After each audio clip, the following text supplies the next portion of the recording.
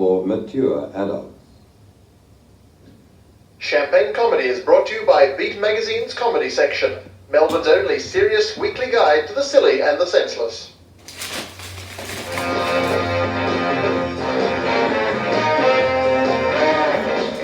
Tonight on Champagne Comedy, join your MC, Mr. Aaron Keefe, with featured comedians Vanessa Hill and Craig Egan.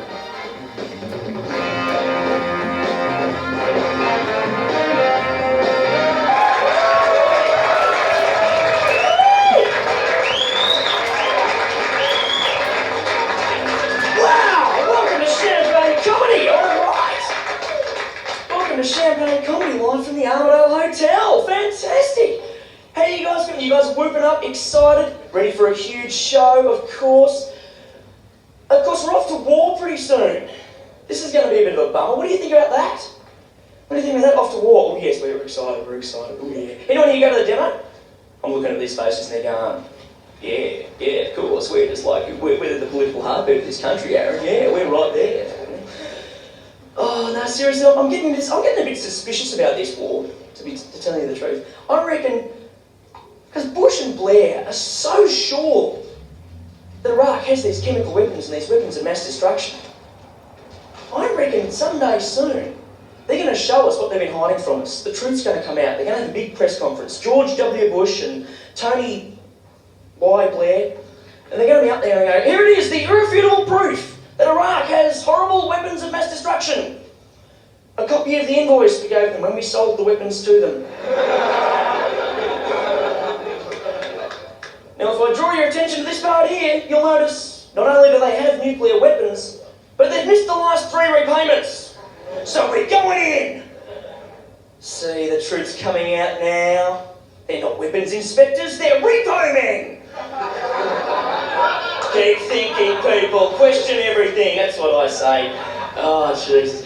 It's all pretty... Now, I don't actually want to be seen as, like, Saddam's advocate here. I'm not sort of pro-Saddam in any way, but you do have to give the guy credit, Like, it's a US election in about a year, so he could be just under 12 months away from actually seeing off both George Bushes. Got to give him credit for that. At least intellectually, I reckon it puts him ahead of just under half of the US electorate. Oh, I'm getting a couple of claps and no laughter. That means maybe very profound, Darren. Very profound. Just make it fucking funny next time. Oh, dear. Because that's a bit of a thing with those George Bushes, aren't they? Not very good at finishing what they start. Because that hunt for Osama bin Laden, that didn't go particularly well, did it, Osama bin Laden will be dead alive by September 11, 2002. September 11, 2002, and he was definitely dead or alive. This is pretty worrying, They've basically got out and their latest update on the state of Osama bin Laden is that he is most probably dead. Because when they look at all these videos that he's been sending them, well, they kind of stop, so they just presumed he died. This is literally the US Department of State's update on the life status of Osama bin Laden. So that means that of all the billions of dollars that they've spent chasing this guy, the most sophisticated piece of hardware they're using to track him down can be bought from JB Hi-Fi for a crazy $199. Gives you a lot of faith, doesn't it, actually? Actually, I'm a little bit worried about what might happen when they do actually catch Osama bin Laden. A little bit worried, because, let's face it, we don't want to put him on trial in the US. A country where O.J. Simpson can be found not guilty of murder, but can be successfully sued for causing the deaths of the same people, doesn't give you a lot of faith. So I reckon, I've got a theory. I reckon they should put him before Judge Judy. The ultimate punishment for that man, I reckon, Have him put on trial by an American Jewish woman. Oh, he'd love that, wouldn't he? That'd be great. He'd be up there going, I refuse to recognise the authority of this capitalist imperialist. Hey, mister, you'll shut your mouth or I'll be off the bar still with the yin-yang. Okay, that was my best Judge Judy, I'm sorry. It doesn't get any better than that here at the Armadale until I bring out your first act. Ready for your first act here on Champagne Comedy? Come on, are you really ready? Please welcome to the stage 2001 Raw Comedy Final from Sydney, Vanessa Hill! Come on!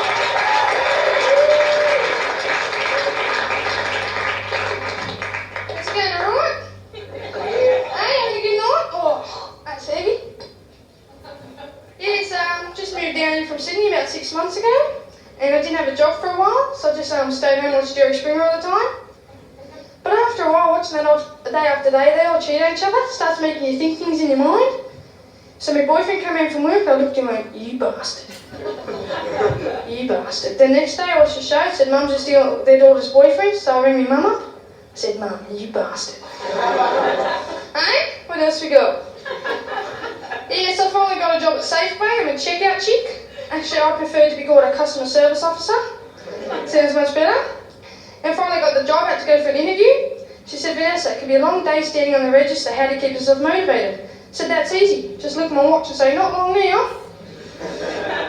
I tell myself, just think of the money. That always helps. Hey, how's it going, alright? What else we got? Yeah, so I started working there. It's alright. Customers are alright, I suppose. But sometimes they can be rude. Like I ask them a question, go, hi, how you going? They just ignore you. What the fuck's that, eh? No, you say hello. But I don't say nothing to them. I just look for the most expensive thing they've got and I scan it twice. Beep, beep. They don't know. Sometimes they do and I get in trouble, but not necessarily. Or like, they say hello, but then they don't say thank you. And that's worse than not saying hello. Okay? But I just look at their face, I say, see you next time. I remember you. Or then I put the groceries through for someone. I go, that's $80, thanks. She said, $80? I've only got like 10 things here. I said, try and have a look at what you bought, all bloody cosmetics. She goes, oh. Start staring at the seat, and by this time the next people in the line have seen all this. They look at me like when I'm putting their stuff through, like I'm going to do something wrong. Eh? That's not right. Eh? Or sometimes I said, that's $2, thanks. They give you $2 and a pubic hair. Take that back, you can have that.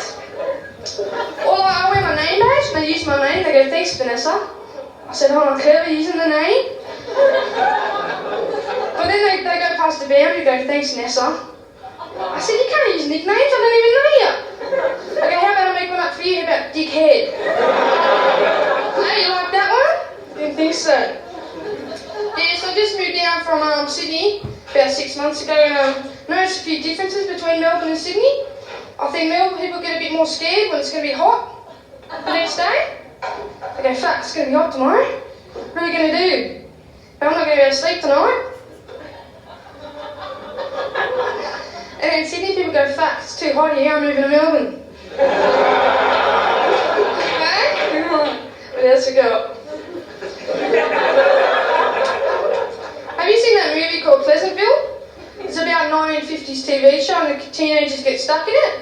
And it's when the women didn't used to go to work, the women stayed home and the men used to work. And then the women started talking, we want to go to work. I wish nobody said anything. I could be staying home every bloody day, watching Jerry Springer. Eh? What else we got? Hey, you know everyone's putting lawsuits out on everyone these days?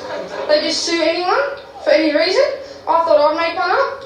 So I'm going to sue Romperoo for never saying my name through the magic mirror. I never said Vanessa, said Sarah, at least I nearly bloody changed my name to Sarah. Alright? Let's go, girl. Yeah, how you see my band? I look pretty tough, eh?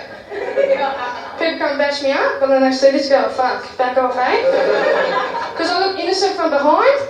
Don't turn around.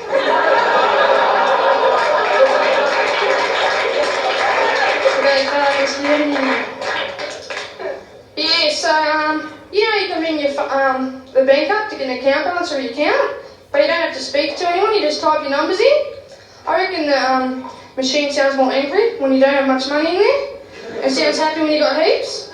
It's true, because I rang up, she goes, hello, you have $2,020. Can I get you anything else? Coffee, cigarette? Well, that's lovely, but I didn't have much. I rang up, she goes, hello, scum. And if it was rude, looking up and down, hello, scum. You have $10 debit. Now get off the phone and stop wasting my fucking time, maggot. Hey, that's not right, is it? Hey, have you ever at the shops and you see someone with a big hunchback? You go, fuck, better stand up straight. But then 2 minutes later, if you get back to normal, you go, oh, well, it won't happen for a while. Got a bit of time. Yeah, urine sample? Well, you do your business, come out of the toilet, but to get back, the doctor's door's all the way down there, and all the people are sitting here, and you got to walk past them with your wee in your hand. Hey, how's it going? It's me wee. Nice to meet ya. Have a good look. Hey? You know, sometimes I'll be walking down the road, and I feel like someone's following me. I turn around and go, oh, it's just my ass. But I just pretend I'm Jennifer Lopez with a big butt. Hey? But that's a girl. Yeah, actually, the other day, does anyone watch The Secret Life of Us? Yeah.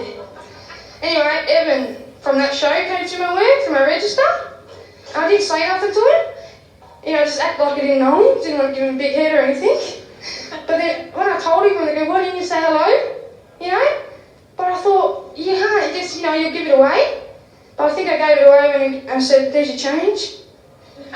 In his hand, I blew it. You knew I knew who he was, eh? How's it going, alright?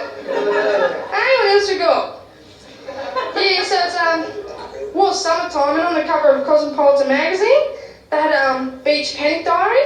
Like you got to panic about going to the beach, and then you got to write your thoughts into the diary. Dear beach panic diary, I'm very scared about going to the beach. Hope none of me fat pops out. I mean, why can't they let you go to the beach, have a good time? They're going to make you get all scared if you're back, hey? In the end, you start writing, dear beach panic diary. Fuck it, I'll stay home and kill myself. It's for the fucking confidence boost. Hey? Yeah, so I didn't have many friends when I moved down here, so I just forget to pay my mobile bill on time, so then the credit people ring me up. You know, normally I've got no messages, but one day I come home, I see one. I think, could it be them? And I pick up the phone and goes, hello Vanessa, it's Bill from Credit Smart. I said, God love you, Bill. Well, you get the phone bill, the phone call. Goes, Vanessa, it's Bill from Credit Smart. I said, Bill, how you going, mate? Long time no talk. Goes, Vanessa, what I'm actually ringing about is we haven't received your latest payment. I said, Bill, why is it always business with you? Let's talk about something else. How's the wife?